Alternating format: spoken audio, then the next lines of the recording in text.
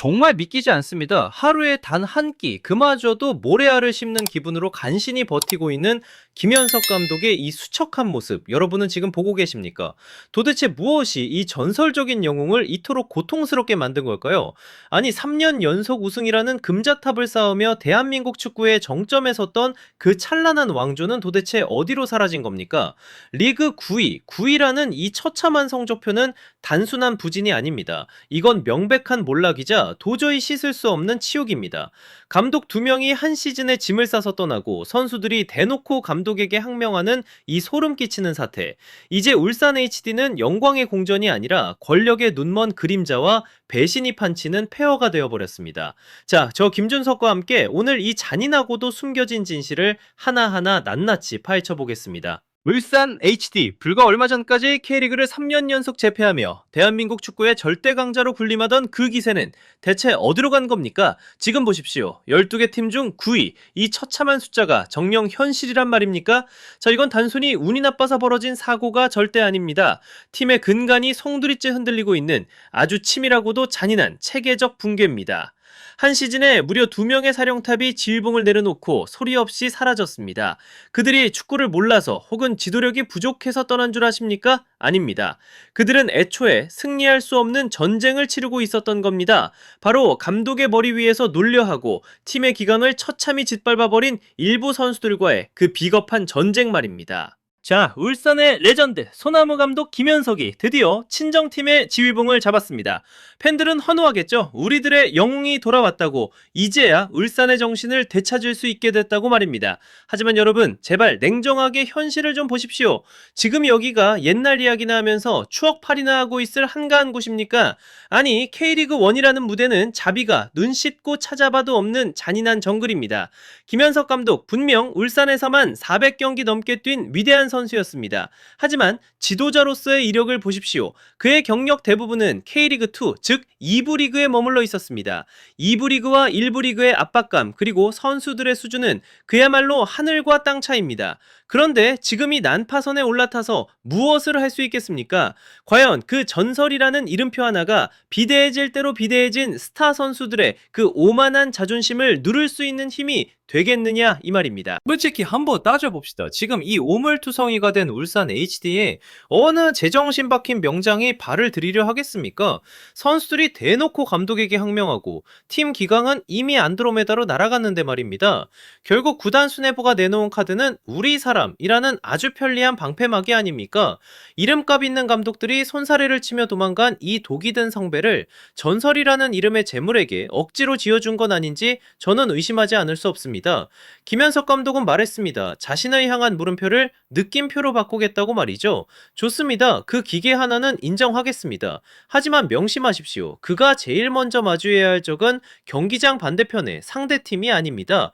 바로 감독의 권위를 우습게 여기고 라커룸 구석에서 칼을 갈고 있을 그 오만방자한 기득권 선수들입니다. 전술을 짜고 체력을 올리는 것보다 훨씬 급한 건 썩어 빠진 정신 상태를 뿌리째 뽑아버리는 기강 확립입니다.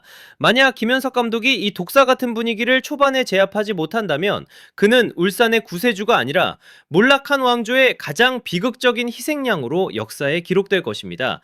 자, 전설의 귀환이냐 아니면 잔인한 도박의 끝이냐, 정말이지 소름 끼치도록 위태로운 상황입니다. 자, 여러분, 축구계에서 절대로 일어나서는 안 될 최악의 비극이 무엇인지 아십니까?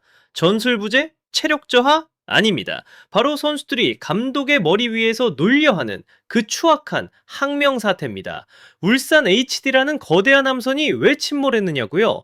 외부의 적이 강해서입니까? 천만의 말씀입니다. 바로 내부에서 썩어 문드러진 그 탐욕과 오만함이 팀을 산산조각 낸 겁니다. 정말 기가 막힙니다.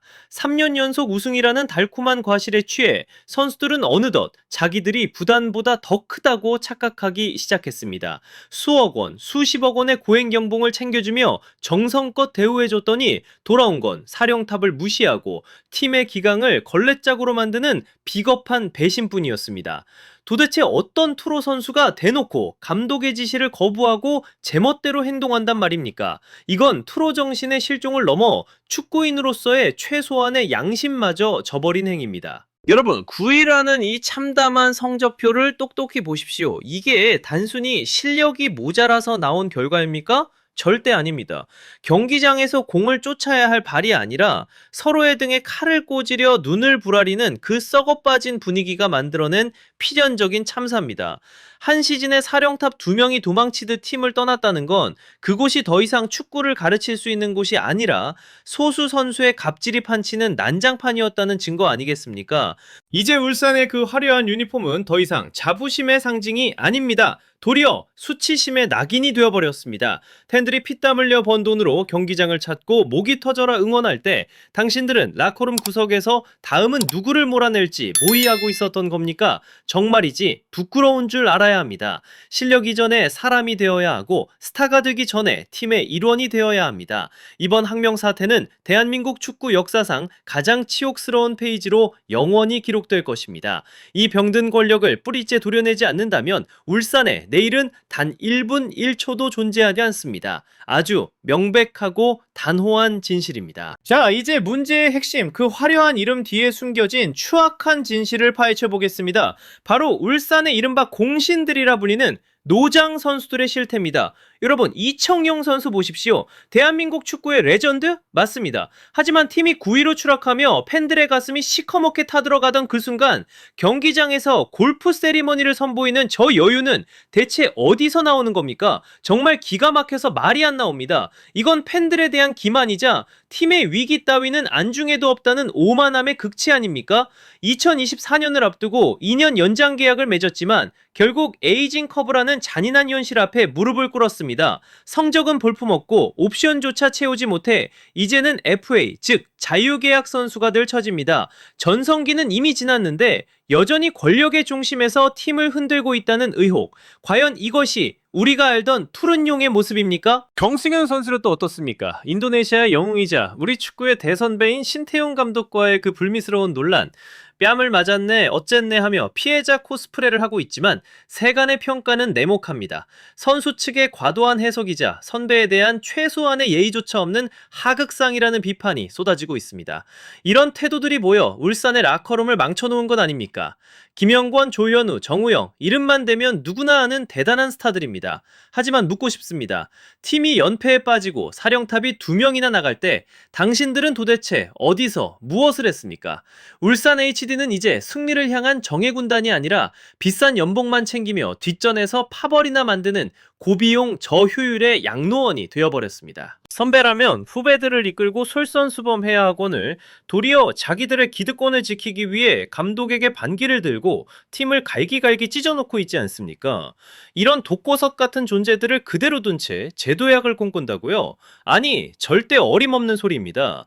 인적쇄신은 선택이 아니라 울산이 다시 살기 위한 유일하고도 단호한 생존 명령입니다. 썩은 살을 도려내지 않으면 온몸이 썩어 들어가는 법입니다. 지금 당장 그 가면을 벗기고 책임지지 않는 공신들을 과감히 내쳐야 합니다. 그것만이 울산이 다시 왕의 자리에 복귀할 수 있는 유일한 길입니다. 명심하십시오. 기회는 2번 다시 오지 않습니다. 자, 결론을 내리겠습니다. 울산 HD의 진짜 문제는 경기장 위의 전술이 아닙니다. 그건 바로 썩어 문드러진 정신 상태와 바닥을 치는 도덕성입니다. 아니, 정말 기가 막히지 않습니까? 만약 신임 김현석 감독이 저 이름값만 앞세워 팀을 망치고 있는 공신들을 제 손으로 과감히 쳐내지 못한다면 구단 수뇌부가 여전히 저 어둠의 권력층 앞에서 눈치나 보며 주저한다면 올해 기록한 9위라는 순위는 몰락의 끝이 아니라 비참한 연쇄 파멸의 시작일 뿐입니다. 이제는 적당히 고쳐 쓰는 리빌딩 따위로 해결될 단계가 아닙니다.